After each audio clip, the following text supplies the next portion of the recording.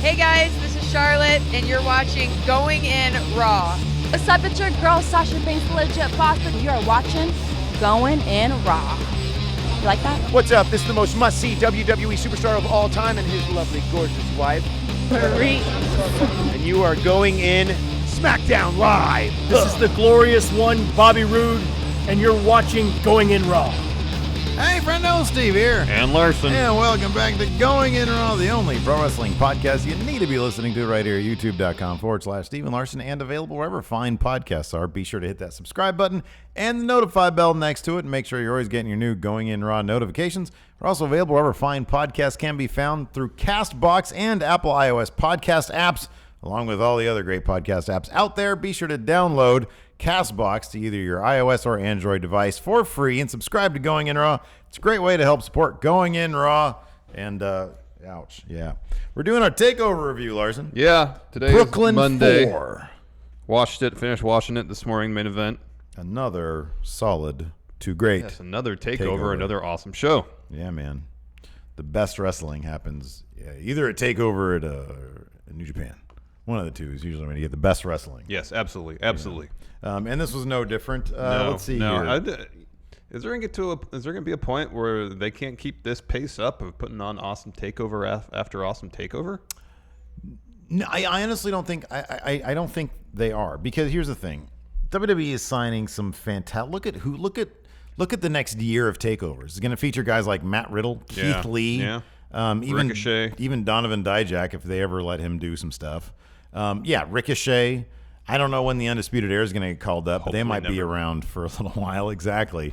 Aleister Black, once he comes back from injury, he'll keep on putting on great matches, and they'll keep on signing these great names, or maybe even stealing some names from New Japan, from Ring of Honor. And I think I really kind of feel like, Triple H, he said before interviews and whatnot that this is, why can't main roster be more like, takeovers? Why can't the main roster pay-per-views be more like takeovers and have these amazing matches on them? And he said, well, it's a different flavor, it's a different genre, it's a different variety. He compares main roster, to like top 40 music. Yeah, exactly. Yeah.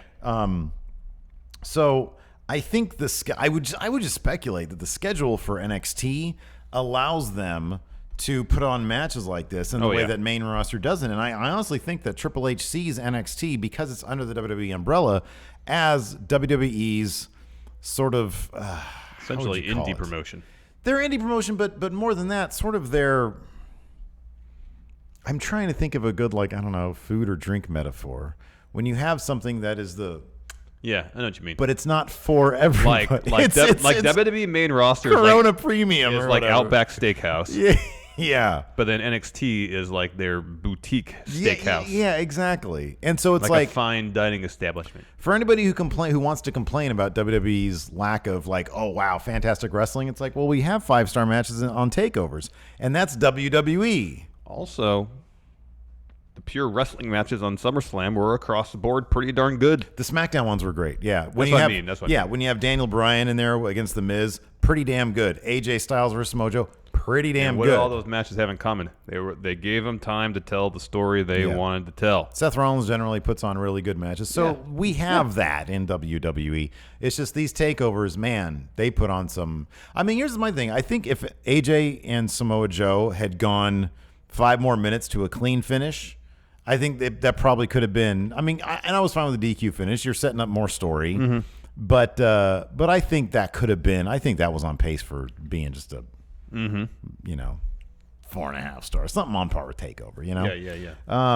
But getting back to the NXT thing, I honestly think the schedule just allows them. Well, I think it's part schedule, and they have a performance center, where they can go and they can work things out, and they can go through and block the match. And because their schedule allows them to do that as well. Yes, but you're right. They have the performance center. I'm saying in conjunction with schedule, you have this facility that allows you to do these things that the main roster athletes just really don't have. Yeah, but no, I honestly do. I think any concern about can they keep up the pace? I mean, you look at who's in the main event, who's putting on these 5-star matches. It's Gargano and Ciampa, 2 guys who, they're spectacular wrestlers. I don't think they're doing anything that for example, a Matt Riddle couldn't do, a Keith Lee couldn't do, and Adam Cole can't do. Well, the strength of what they're doing is based on the story they're telling and the emotions the fans feel during the course of these matches. Yeah, but dude, move for move, they're fantastic. Oh, matches. they are. I know? know. But if you take the move for move matches out of the context of the story, they don't have the same impact. Yeah, I agree with that. But move for move, they're really good. No, matches. they're good. Really Technically, they're really matches. good matches. Yeah. I was just I think they probably can keep up the pace based on who they're signing. I was just trying to start some conversation. No, it's a great conversation to have because I agree with you. It's fun talking about that stuff. But also the way and I don't know, an interesting conversation to have is maybe the bigger conversation to have is, can they tell the stories that they want to tell Gargano and Ciampa if they go live? If this rumor that they might be going to Fox Sports 1 and go live, could they do the same thing then? I don't know, because the way they do it now, I think is so beneficial to the storytelling they tell. Oh, yeah. That I don't know. Yeah, I know. Kicked off with a tag title match, Undisputed Era versus Mustache Mountain. We've known because of their last couple of matches at Royal Albert Hall and then on NXT TV that these two teams, they put on really good matches. And this was no different. Although it was very striking to see the disparity in how strong each of these teams were booked. Undisputed Era, Larson kicked out of Tyler Driver, 7-star lariat, and then the burning hammer top rope knee combo, which are the finishers for the team, single and single. Mm-hmm. Tyler Bates finish, Trent Seven's finish, and then Mustache Mountain's finish. They kicked out of all of them. They did, and it took one finisher. Yes. Total elimination. Yeah, to take down. And it was Tyler Bate got the pin or ate the pin. No, Trent Seven. Was it Trent? Okay. Trent the Beast Severn ate the pin after total elimination. They should call it undisputed elimination. There you go. They really should. That's good. Great match. Crowd was super into it. Gave it a ton of time. Somebody pointed this out too. I guess there was either like a pre-show or that weekend Undisputed Era did an interview for probably the .com. Yeah. And Roderick Strong and Bobby Fish shared the tag title. Had the tag title draped over both their laps. Mm-hmm. That was nice. That was a nice touch. There's a great spot in this match where Kyle O'Reilly has Tyler Bate in the heel hook, and Trent Seven goes down the timekeeper area, grabs a towel. Yeah, that was good. Hearkening back to the second match between these two teams, and everybody in the crowd is like, Trent, don't throw it in. Don't throw it in. Don't do it. So he throws the towel into the stands. Yeah. Why are they? I understand this case why they would be hesitant to interfere and risk disqualification, but the second match, just get in there, disqualify. If it means disqualification, you keep the titles. I thought that's what he was going to do. I thought he was going to say, "Screw the towel. I'm just going to go save my buddy. That's how I'm going to do it." Yeah. I don't know. They never really explained the logic on that one. The thing is that actually would have been a really decent 30-second, 1 minute long NXT backstage Fallout video. Why didn't you just go in there? Because you can write an explanation for it. There's any number of reasons why they would have done that. But yeah, no, this was absolutely so much fun. Yeah, a lot of kick up. They booked Undisputed Era super strong. Oh, heck yeah. Really strong. It's Undisputed. After the match, after Undisputed picks up the win, retains the titles, and they're in the ring celebrating a bit. War Raiders attack. Yeah. So we're getting that. Yes, and on top of that, so we've seen a handful of War Machine matches in New Japan and Ring of Honor. They're pretty good. They're really fun. They do some stuff that, that kind of stuff. Yeah. In NXT so far, we hadn't seen them do anything. It was like, oh. Well, because they've just been primarily in squash matches. Right.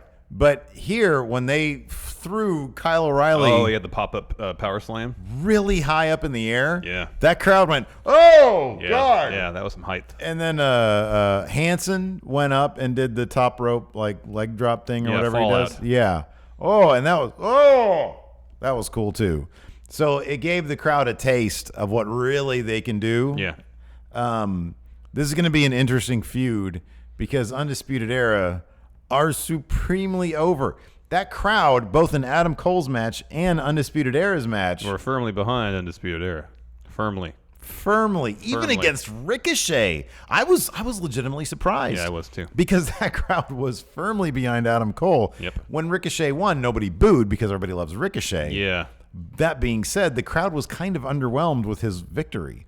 Did you notice the crowd pop wasn't that huge? It was like, oh, that's cool. Ricochet's great. Ricochet's great. But, oh, man, that guy's Yeah. So let's set up the time frame for this a little bit. Let's speculate. So we have the next takeover will be War Games. Yeah. In November. We're assuming it's going to be Undisputed Era versus War Machine, Ricochet versus British Strong Style. I really hope it's versus British Strong Style. In a War Games match. Yeah, that makes sense. Although I wonder if the UK taping, the UK NXT stuff, I'm hoping it doesn't interfere. I mean, Yeah, I would same. think that it would just further bolster NXT UK. Yeah. But Yeah, that would make sense that that's Yeah. the match. And so no title change will happen there. Yeah. After that, we have NXT TakeOver Phoenix, Rumble weekend. You got to think War Raiders will probably take those belts then. I would think so, and then Undisputed Era would do their. I would think that they would sort of do their farewell. We're going to start jobbing at people Leading before up we to go Mania, up. yeah. Yeah, because Yeah. they've got to go up after Mania. In the meantime, Or I guess I would guess that precludes Adam Cole from going after the world title. I don't know. I do like the build, sort of the video package that preceded their match, Adam Cole and Ricochet's match, because they talked about making the North American title the most prestigious NXT Oh yeah, title. Ricochet mentioned that. Yeah. Yeah. And Adam Cole has sort of mentioned that, I think, before, that was his goal with the North American title, which is interesting because it kind of makes that like, I mean, number one, Adam Cole's carrying it, so it's my favorite title. Yeah. Now Ricochet's carrying it, and as much as I love the Gargano Ciampa stuff, the North American title is a very important title. Yeah. You know? Yeah. So Yeah. you have to appreciate that. Yeah. I mean, it'll be interesting down the line once the NXT title is out of the Gargano Ciampa stuff, which is weird territory. Who's going to carry it? What kind of position they're going to have? How it's going to relate to the North American title? So that'll be interesting. Yeah. Then we had Quick shot of Johnny yeah. Gargano pacing in front of his locker. Did you see? I didn't notice this during the show, but I guess during the pre-show, they showed a shot of Ciampa arriving. Did you see that? Oh, in his trailer or something like that? It was in like. That thing he shoots his promos in, right? Is that what it was? Is that what it was? I saw the thing on Twitter. I didn't watch it. I just saw like a big. Did he arrive in the back of a semi? Yeah, that's what I'm thinking. Because he does his promos from back there. Right. Yeah. Did a semi pick him up from his hotel? Did he go cross? Is this the new Lex Express? Could be. It was bizarre and great. Yeah. Don't get me wrong. I'm saying it's great. It's great. Kayfabe, what's going on there? Yeah, it's a little confusing, but still great. Yeah. After that, we had a Velveteen Dream EC3 video package highlighting now, their feud. I felt about this the way I think you felt about the community pool thing. This was like too amateurish. This was too cheesy. Yeah. It was all the green screen stuff. Yeah. Yeah. It was not strong. They should. I get the point of Velveteen Dream having that element of sort of cheesiness to his character and being sort of tongue in cheek about it or whatever. But they need to stop with the Velveteen Dream green screen. It doesn't work. It's not good. More shots at the community pool though. I'm more. Why than happy not to bring go the back. green screen to the pool? I don't like that at all. Combine the two. Don't like that at all. Which brought us to our second match of the night, Velveteen Dream versus EC3, and Velveteen Dream sporting perhaps his finest ring gear yet. Once again, yeah, Velveteen Dream, of course, with the words, "Call me up, Vince," on his backside. Yeah, well, in the front said #DreamOver. Yeah. And down one leg said Notorious Dream. Yeah. All great. It was all amazing. He had a great puffy vest. And of course, he had King Ricochet's crown on. He had his own crown. So that was great. Yeah, this was all really good. Early on, they did a spot that harkened to Hogan HBK SummerSlam years back. Yeah, that was an interesting little homage there. Yeah, where Dream was kind of crotched on the top rope, overselling a little bit. Dream seems to have a fascination with the NWO in general. Because I mentioned this on one of the shows, somebody pointed this out on Twitter, I think, that when Dream came down for his go home promo, he was wearing exactly what Scott Hall wore when he showed up on Nitro. Yeah. You know, everything, the fanny pack, the denim vest, and all that kind of stuff. Maybe that's feeding into the idea of the rumors of him getting called up, Yeah, it could be. where he's just these little references, these little Easter eggs, if you will. Yeah. I mean, call me up, Vince is pretty direct, but wearing what, Yeah. what Scott Hall wore when he showed up on Nitro. Yeah. to kick off the Monday Night Wars. Yeah. It's like him trying to say something. There's a lot going on there. Oh, yeah. I'm telling you, man. With Patrick Clark, there's a lot going on there, and it's all great. It's fantastic. This is a fun match. It wasn't like a big barn burner. I think EC3. So Velveteen Dream is kind of interesting in that I've noticed he can participate in really good matches. Like Ricochet was Aleister Black was a really good match. Yeah. Cassius Ohno even was a really good match. He sort of performs to the level of his opponent. Yeah. Yeah. Like EC3 is a lot of character and then some very serviceable wrestling. Yeah. Not sure he's like a 5-star guy, which is okay. You don't know what everybody is. Yeah. Nobody has to be. Yeah. But he gets by so much on how strong his character work is that you don't really need a 5-star match out of the guy. And so this sort of played out the same way. Velveteen Dream, I don't think, is a guy who's going to bring anybody up to a certain level. I think he can pretty much hang. But he can hang with pretty much everybody. Anybody. Yeah. Exactly. And so this match kind of was in that element. Like, it wasn't like a, oh my God, 5-star match, but it was still. Aleister Black is kind of the same way, isn't he? Yeah. He sort of performs to the level of his opponent. I think that's more so because of his style than anything else. Mm-hmm. I mean, you could have a match that's strike heavy, be really good and dramatic and stuff. Yeah.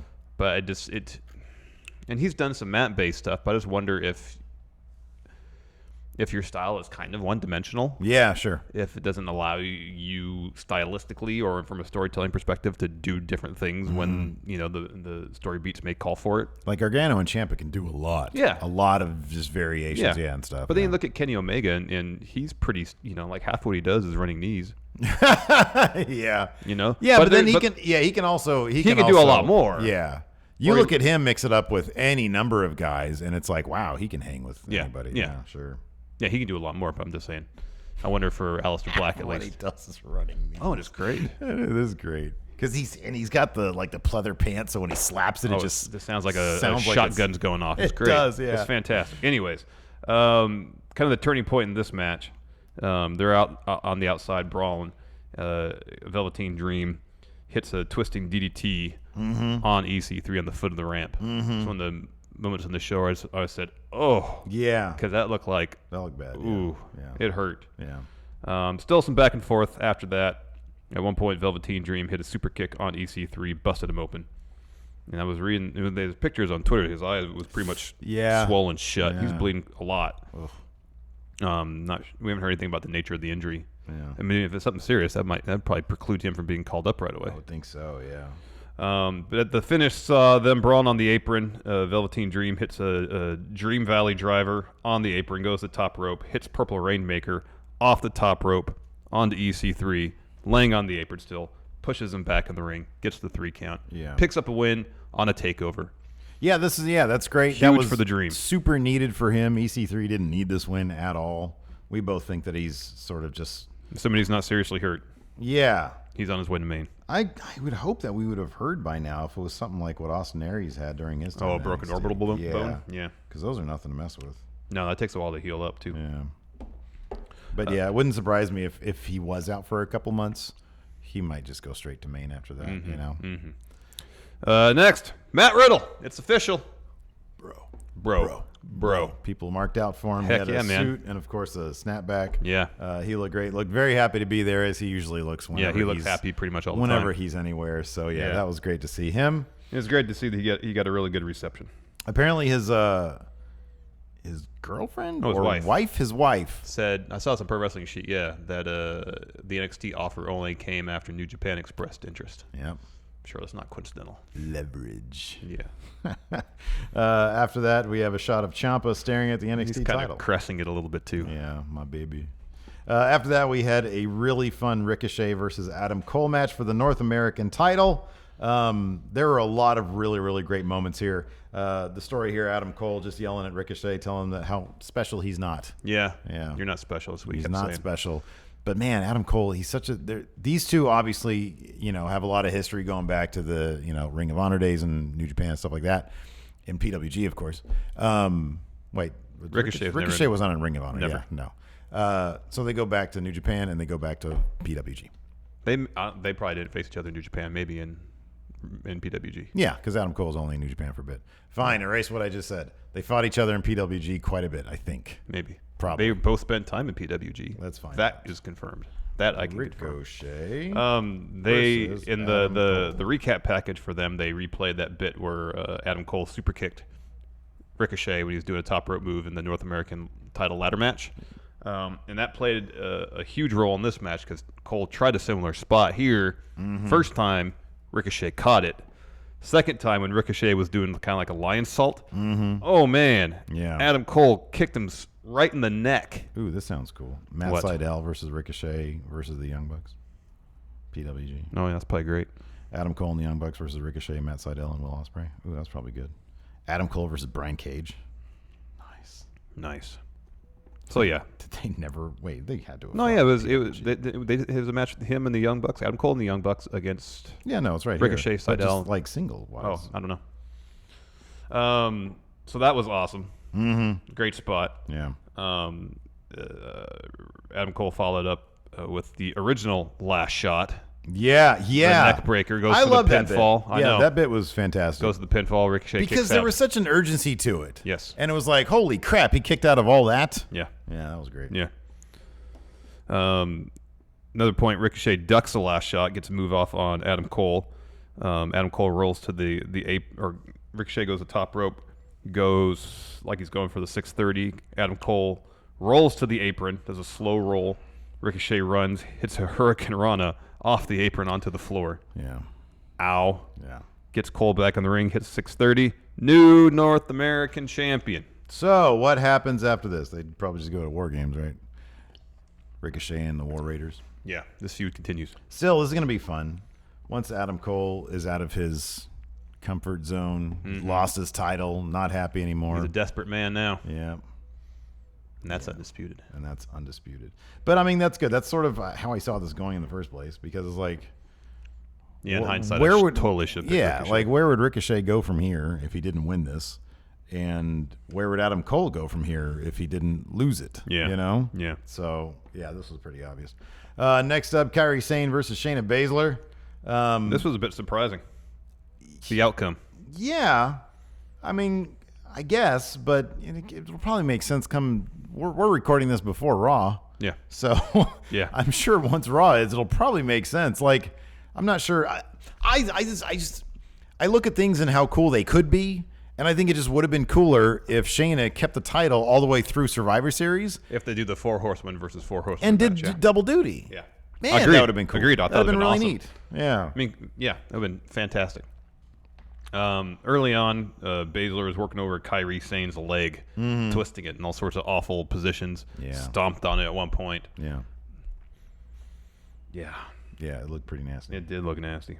Sane gets the upper hand, hits an insane elbow on Shayna Baszler's back. That looked nasty too, Yeah, because man. whenever they do like an elbow to or like a stomp on somebody's back, and they're not on all fours, but they're not laying flush. Yeah, Like yeah. Shayna was sort of up a little bit, and then Yeah. it smashes her down. Oh, that always looks Yeah, nasty. it looks like it hurts. Shayna rolls to the outside. Kairi Sane off the top rope, crossbody. Mm-hmm. And then later on, she hits another insane elbow. Shayna kicks out. First person to kick out of the insane elbow in NXT, I believe. There's a great spot where Kairi Sane was doing her anchor submission move through the ropes. Yeah. That was cool. But then in the ring, she does it again, or tries to. Shayna reverses it into her choke. Kairi Sane gets the ropes. And the finish saw Kairi go for the insane elbow. On the way down, Shayna gets her knees up, puts Kairi Sane in her clutch, but then Sane kind of rolls over into a pinning combo, picks up the win. Yeah. So in that sense, it's kind of reminiscent of the first time Ember Moon beat Shayna Baszler. Mm-hmm. Kind of took advantage of, if you want to call it, inexperience Yeah. in professional wrestling ring. Yes. Kind of. Yeah. So there's still, I don't know. It'll be interesting. Either by the time y'all are watching this, either Shayna will have debuted or not. I don't think they're going to put it off another week. Yeah, I doubt it. So I don't know. Maybe this will go further in NXT. I just feel like Shayna. I don't know. This seems like a rematch in 2 weeks, and then Shayna full-time teleports to the main roster. I can't. Yeah, it has that It feeling. has the to Bob it, Roode feeling to it. which is great. She feels like a star. She really does. Agreed. I'm just kind of sad we're not going to get that full-on Candice LeRae versus Shayna I feud. know. Would have liked to have seen that, especially given the kind of shit that Shayna was talking about Candice being like a housewife, basically. Ooh, that was some good fodder right there for a feud. I know. So I don't know. Maybe she'll do one last tour against Candice. Could be. Probably not. Yeah, probably not. If this is a rematch, it's probably going to be against Kairi Sane. Oh, we're not going to find out for like a couple weeks. So. Nope. We have Fallout Takeover. Finally, main event. Johnny Gargano, Johnny Wrestling versus Tommaso Ciampa for the NXT title. As soon as Johnny Gargano was tweeting about giving in to the anger, I knew he was going to lose. Have you been watching some JR commentary lately? Oh, maybe. I kind of slipped into JR cadence there a little bit, didn't I? Slipping into Johnny Gargano versus Tommaso Ciampa. Yeah. NXT title. Holy crap, what a match. What do you think about this match? It was great. Where does this place amongst the pantheon of the other ones? They're all very exhausting to watch. They're all just exhausting matches. But holy crap, these are good matches. I think I'm probably partial to the first one. And maybe that's just because I feel like that's the match that really firmly established the language with which the subsequent matches were using to tell their story. Sure, yeah. It set up... I've talked extensively about this feud and how it uses, like, the crutch just isn't a crutch. Mm-hmm, yeah. The crutch means something. That's like the embodiment of Ciampa's anger, his resentment.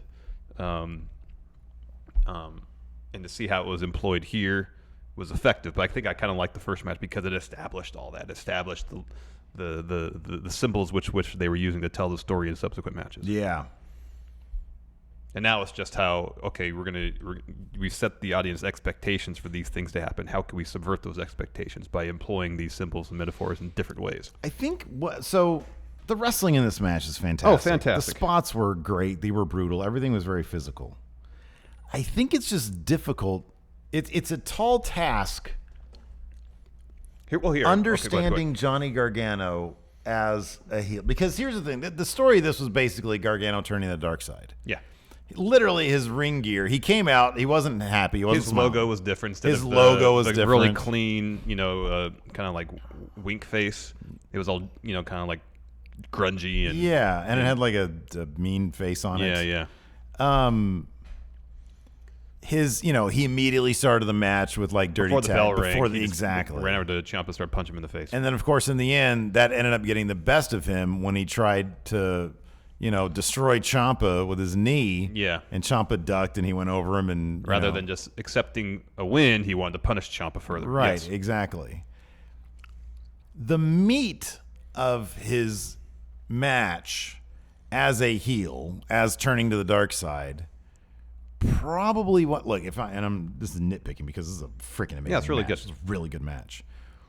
But I think it wouldn't be like the top one for me because Gargano doesn't play heel very well. Here's the problem part of it, Go ahead. too, because I agree with you. He shouldn't have done all the moves that we are accustomed to him using. Sure, yeah. He should have done the slingshot spear. He should have done that. Apart from the super kick, like all of his trademark moves, that little thing where he rolls and kicks the person in the head, he should have done all that. It should have be about being as vicious as possible. Yeah. Those, especially the move where he kind of rolls and does the kick to the head while his opponent's on their knees or prone, on all fours. It's too slick. Yeah. The final sequence where he was super kicking his head into great. the thing was good. Great. That was the time when I was like, oh, that's pretty brutal. That looked nasty. Yeah. And there's spots in there where when he was beating up Ciampa with the crutch, that was brutal. That was like a moment solidified where, this is Gargano giving in to his darker impulses. Yeah. Completely, because before that was the tool that Ciampa used against Gargano. Yeah. Now the tables have turned. Yeah. I like that they had Ciampa wearing like face white as well, like his tights. Oh yeah, a little white, bit. Yeah, yeah, a little bit. Although that dude's never going to be a face. How great is it to see? I mean, I guess we've already seen it, but like I don't know. Every time when he comes out to 15,000 people booing him with just booze. Of course, booze, best theme in wrestling, man. It really is. And nobody else, because we've talked about this before, how much entrance music can kick a crowd into gear for somebody. Mm-hmm. This dude just shows up and the crowd goes apeshit booing him. And he looks amazing. Like that high collared coat he wears, the trench coat. Oh man. He looks like a supervillain. He really looks like a supervillain. He totally does. And Gargano, it's just difficult for me to, like, they're gonna have to. I don't know if they're gonna go. I mean, we don't know how bad his injury is, if his knee is actually injured, how bad it is, how long he's gonna be out. But I don't know. Ciampa is a true star. Gargano is a fantastic wrestler. I just wonder, out of the element of the storyline, like how far he can go based off of the personality we've seen from him. Yeah. I don't know. I just sort Let of me ask wonder. you a question. So there was one sequence towards the end that I actually thought was going to be the finish, and that's where The DDT on the board? no, it was even after that. Okay. It was when Ciampa kneed Gargano with the chair in front of him and sent him through the barricade and started burying. Oh, I love that. Yeah, it was great. If they had finished the match there, Yeah. you know, with Johnny Gargano being symbolically buried, Yeah. only for him to resurrect himself It's like as Superman 3. yeah, as Johnny Reborn. Yeah. You know, like at that point, he has literally reached the lowest point of his career, buried under a piece of barricade, some chairs, a PA, and an office chair. It's a great death metaphor, sure. Yeah. Yeah. And then next time he shows up, he's reborn. Yeah. You know, I thought that from a storytelling, I get they were doing this feud does a lot of symmetrical storytelling. So you have the mirror of what happened to NXT Chicago with them on the ramp, the knees, all that stuff. I get all that. I get that they're referencing when Ciampa turned on him. They've done it several times. But I just wonder if they'd ended the match with Gargano getting buried, if that might have been more effective.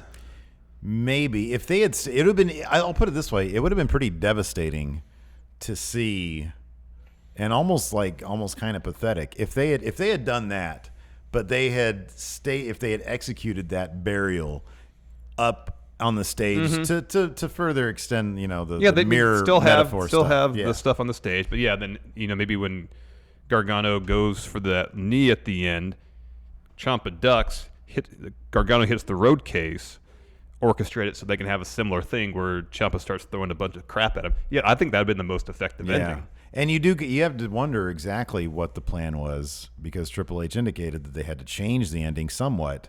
A little bit, he said slightly, yeah. And given how detail-oriented these matches have been, that might matter in terms of like how we perceive it, you know. But yeah, God, there was a lot of good stuff going on. Yeah. Here. Yeah, when Johnny kicked the PA, the production assistant. Oh yeah, the stagehand or whatever. The stagehand, the Yeah. local indie They ate a production super assistant. kick right in the face. Yeah, that was good, and he was freaking out over that. And that's when, Ciampa. If they just reset a lot of that stuff at the top of the ramp, you know, you even had the stagehand up there or someone that's over there trying to do something. I don't know what. Yeah. Gargano goes for that running knee instead of hitting the road case. He hits someone Yeah. there and takes a tumble off the stage, and then whatever is there by the stage, Ciampa just starts tossing on him, including, I guess, the PA. I do. I like, but there's so much great stuff. But that's a here. small Yeah. quibble. I mean, the overall story being told, I enjoyed. Yeah. Was generally what I thought they were going to do. That bit where Ciampa got himself up at 9 with the crutch. Oh yeah, Was great. Yeah. You know, and then Yeah. Morrow, of course, he's not going to let a metaphor fly by. I know. He's literally holding himself up with his crutch. That crutch, that blah blah blah. You know, all that kind of stuff. I know. That's good. And then Gargano hitting that DDT on the exposed wood in the ring. Yeah, that was good. Yeah. That was great. They just take all these same elements they've established from the first match and somewhat still from the second, and just kind of mix and match them in new ways to add depth and dimension to the story. One thing I do want them to explore, though, is their last match when Ciampa he kept on repeating, "You guys, you don't know. They don't know. Only I know." What is that? What is that? What is that? What is that? I'm curious. Yeah. I want them to do a WWE Now video where they, break down what could he be talking about? What does he know exactly? Here are the suspects. Here are the suspects. Number 1, Johnny Gargano. He did something. Anyways, but no, yeah, it was a great match. It was fantastic. Yeah. These guys can seemingly just put on brutal, awesome matches after consistently. We can go through the finish just real quick, so we'll start with Gargano super kicking the PA. So he's all tore up about it. He turns around. Ciampa knees Gargano with the chair in front of his knee through the barricade. Full sprint, by the way. Yeah, off the announce table pretty much. And then he starts burying Gargano under a piece of barricade, the PA, an office chair, a couple other chairs. Somehow Gargano pushes his way through all that, gets up at 9. And then Gargano super kicks Ciampa off the apron through some tables that he had set up prior in the match. Again, Ciampa gets up at 9, uses the crutch. Yeah. Up the ramp, Gargano takes Ciampa, and they kind of reenact the scene from TakeOver Chicago when Ciampa turned on Gargano because Gargano threw Ciampa into the LED board, put him in Gargano escape up there at the top of the ramp. Hey, you know what? I appreciate NXT production also. Not doing the cheesy thing where somebody gets thrown in the LED. Like, we've seen this on main roster. It glitches out. It glitches. It's like cheesy glitch. Yeah. It would never happen. Gargano VHS takes... tape. I know. Gargano takes Ciampa over to the side of the stage by the Titantron, handcuffs him to it, and then super kicks him 3 times. He's gearing up for another one, and Ciampa's pleading with him, saying, no, Johnny, no more. Yeah. Essentially saying, don't destroy my head. Just stop, please. Yeah, I need my please. And Gargano has a moment where he's like, oh, what am I doing? I could win this match. Because Ciampa's on his knees and the rest counting. Instead, he pulls his knee pad down, exposes the knee, run towards Ciampa. Ciampa ducks it. Gargano knees a road case, falls to the ground. Yeah. And I'm guessing that's the spot where, whether legit or not, shooter work, Gargano hurt his knee. And it could be a combination thereof. It could just be all reference to Chicago again when Ciampa blew out his knee during that match. Yeah.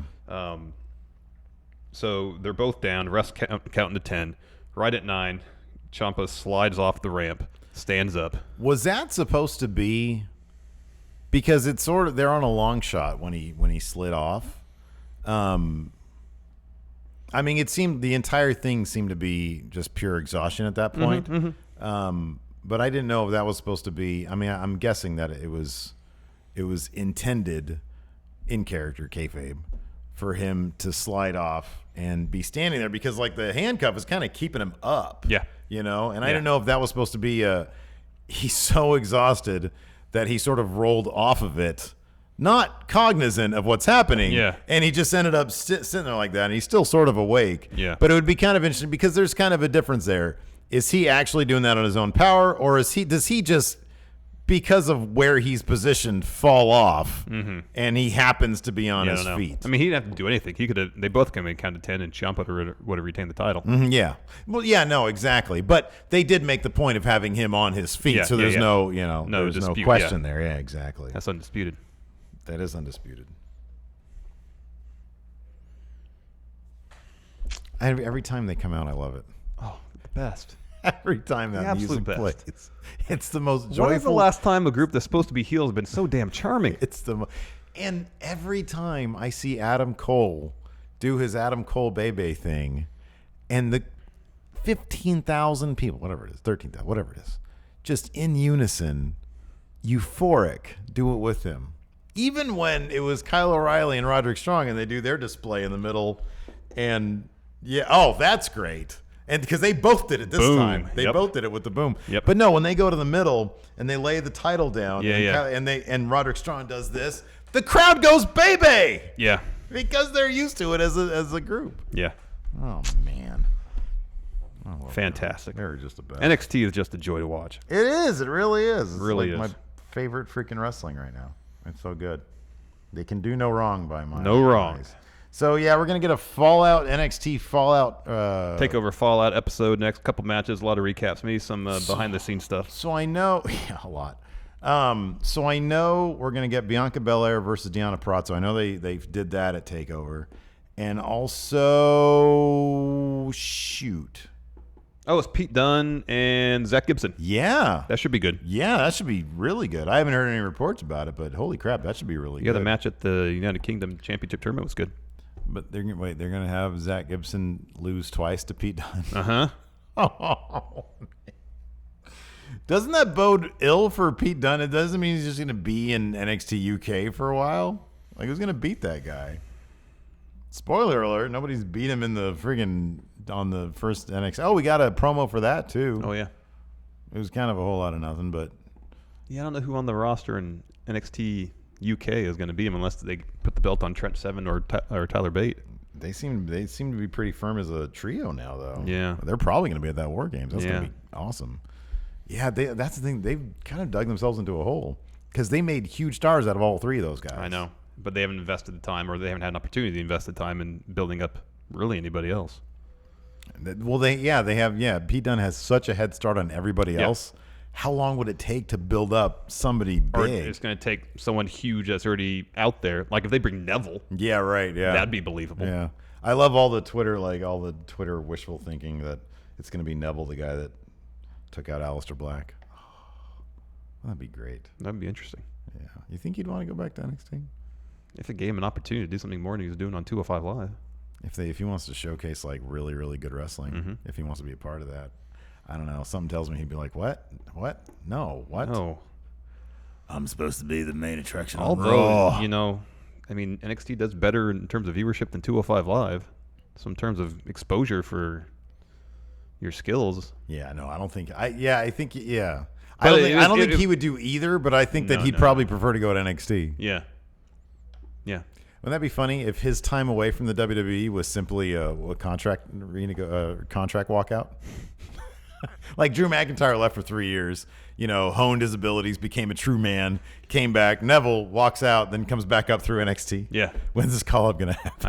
I know. That'd be good. The takeover a year from now is going to be Neville versus Keith Lee for the title. That'd be good. I'd pay to see that shit. Oh, heck yeah. Hell yeah. Anyways, that's it for our takeover review. Thanks so much for watching. Let us know what you guys think in the comments. And until next time, we'll talk to you guys later. Goodbye.